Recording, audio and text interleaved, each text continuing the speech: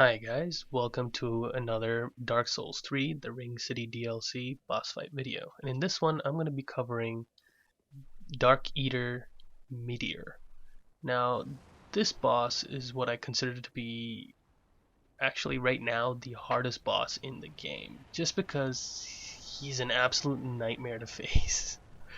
The first time you get to fight him, you fight him twice. The first time you fight him is right after you get access the Shared Graves Bonfire. This is part of the story. This is part of the story of the DLC. So you have to fight this boss. All you're doing is you're weakening him where he falls off the cliff, and the next time you fight him is an actual proper fight. So initially you want to take cover at that the first area where I showed you. Otherwise, you're gonna get hit by the fire stream. Now, if you have a good shield that's strong against fire, you can run through it by holding the shield up. But I don't have a good well. I'm using the Dragon Crest shield, so it's good, but its stability isn't the highest if I want to like tank everything. In this fight, all you're doing is hitting its arms, and when it's a standard fight. It's gonna breathe fire, and the fire has a tendency to radially expand. So you want to get out of the way. I just tank the hits because I don't know. I'm wearing armor that does decent fire absorption, so it's not too bad. He does have the tendency to randomly punch his arms down on the ground. Uh, Once you have weakened him enough, you can go straight for a headshot or a critical hit and he'll fall off. And that's pretty much it for this fight. He falls off way at the bottom. Don't follow him. Many times in this DLC, you have the tendency to jump off and do stuff like that, but do not follow him. And that's pretty much it for this fight. The only thing you need to worry about is his black flame. Randomly, he'll spew it on the ground and it will start to explode. So if you guys get caught in that, you will die instantly. Well, maybe not instantly if you have like really high vitality. So the next time you get to fight him is when you open the shortcut to the Ringed Inner Wall Bonfire. So after you open the shortcut, as you take the elevator down, roll to the left. There's a secret passage. If you go through the passage, there's a secret wall to the right, or an illusory wall. Just hit the wall and go through. And when you climb make sure you don't jump down. The ladder is really long, and if you fall down, it's an instant death. I had it happen to me many times. So once you come here, you see a hole in the bottom. You can jump through this hole. Now, this fight is absolutely insane. It's really long. He has a lot of life. I'm doing it in New Game Plus, so it's even longer. I must have fought him about 20 times because he just has the tendency to kill me instantly. I am using Tears of Denial, but I don't really need it in this fight, I would say. This is like the first time I fought him after I got a good night's sleep, because I was stuck here for about, I don't know, 2-3 hours, guys. I don't know, I was getting frustrated, I was getting tired, and my reactions were getting really slow. So what I did was, instead of making it worse for myself, I went to sleep, and after I woke up I attempted this boss and I got it in one try. So the strategy that you want to keep up is, you can try to stay away from him, and if you have enough stamina you can run the entire way and get a good smack on him. I don't get more than 1 or 2 hits on him, so I chose to use my most damaging weapon, and at this point the most damaging weapon I had was my Black Knight Great Axe. It's +5, and I have 42 strength, so I can wield it pretty effectively. It does a lot of damage. Every hit does about 400, sometimes 500. So all you're waiting for is for him to do those 2 moves, and like, he has a tendency to do multiple different moves. As soon as the fight started, you saw him breathe fire, and he does like a combo of like, I don't know, 6 to 7 swipes, and then he turns around. If you just stay where you are and hold your shield, he will come to you. You don't have to engage him. And once he turns around, you can go in and smack his head a couple times. That's what I do. Right here, my strategy is to wait for him to do 2 of those swings, and then, you know, he'll breathe fire. This gives you an opportunity to go and hit him, but, you know, since this is the first time I'm fighting him after a while, I tend to take it slow in the beginning, but eventually you start to recognize a pattern.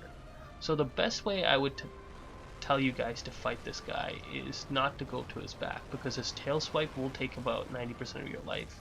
For me, I have a lot of vitality because this is my multiplayer build, and he's just, I don't know, it might look okay that I'm doing okay right now, but that's the only reason is I've suffered through this fight so many times. He has what I call unfair hitboxes, and what I mean by that is his swings will randomly hit you even though it shouldn't hit you. So the move that you want to wait up for is that one where he leaps at you. If you go straight to his face, he will try to, you know, swipe you twice, once with his right arm and once with his left arm. Once you dodge through them, you have a gap to hit him twice. So use that effectively. That's the best way I deal with him, or I should be dealing with him. Here I try to go for the back and I'm like, no, I'm never doing that again. But right here, so as soon as I should have gone for the hit. It's just, guys, I play it really safely. I'm healing. I don't want to die so quickly. So right here, what you want to be doing is right here. Yeah, as soon as you try to engage his face, he'll try to swipe you, and that's what you want. Once you dodge through those 2 swipes, you can hit him twice, and you can do some good damage, and you can get out of there. Now, when he goes on his rampage, just dodge through his body. You know, take off auto lock because, or you know, locking on, because the camera just swings wildly, and that's another nuisance in this fight, because the camera is always against you. And I understand that they're going for a fight that has a lot of spectacle, but you have to make sure it works. You know, it favors the player's way of playing. It's just, sometimes it doesn't work. It's just really annoying. Right here, I get lucky with 2 more hits because he does his swipes, and the moment you see his move his head, you want to move backwards, because that move is extremely dangerous. You can roll through that fire attack and go and attack him. I should have gotten 2 hits there, but I was too slow. So that's actually another good strategy. And right here, I roll into the fire instead of rolling away and trying to get a couple hits. Guys, I'm showing you a really scrappy fight, but you can do better. You can learn from it. You can, you know, not repeat the same mistakes I make.